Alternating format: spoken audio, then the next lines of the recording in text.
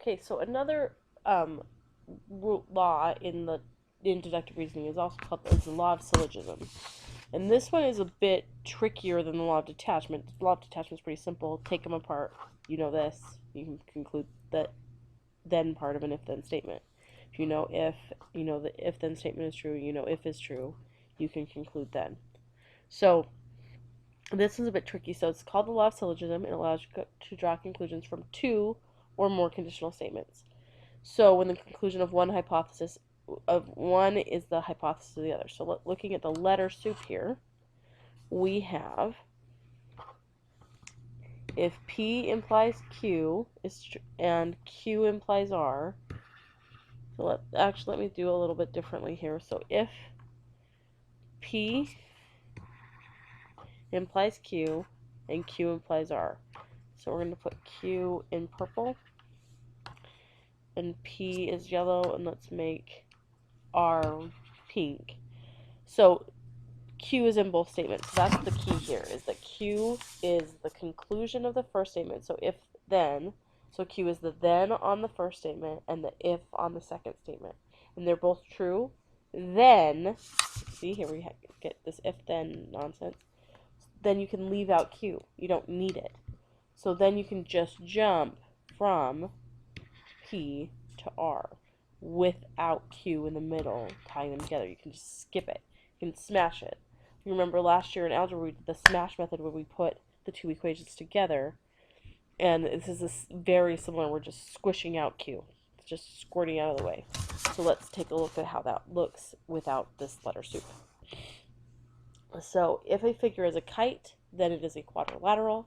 If a figure is a quadrilateral, then it is a polygon.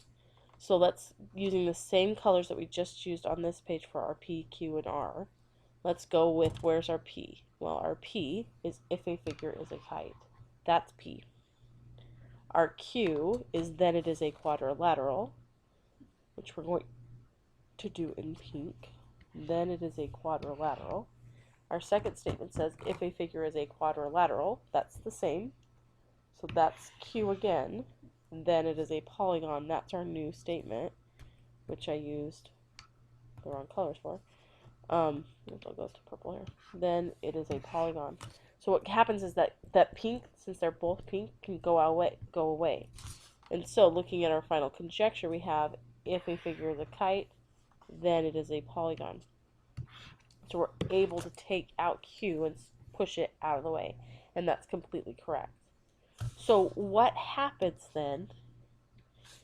So this is a valid reasoning. We took Q, squirted out of the middle. We started with P and ended with R. So we squirted out of the middle. So what would be invalid then? Right, pull this one up. And we still have the same given, just like last time. So if a figure is a kite, then it's a quadrilateral. If a figure is a quadrilateral, then it's a polygon. But this time a conjecture is if a figure is a quadrilateral, if a figure is a polygon, then it is a kite. And so that's where we are now. We can't see yellow on this, so let me use green. Then it is a kite. And this, again, we squirted out Q, we just pushed it out of the way, but we're going backwards. Instead of saying P implies Q implies R and leaving Q out, we went with R goes to P, which doesn't work. We can't go backwards. We have to go forwards, so this is invalid. Because we're going the wrong direction.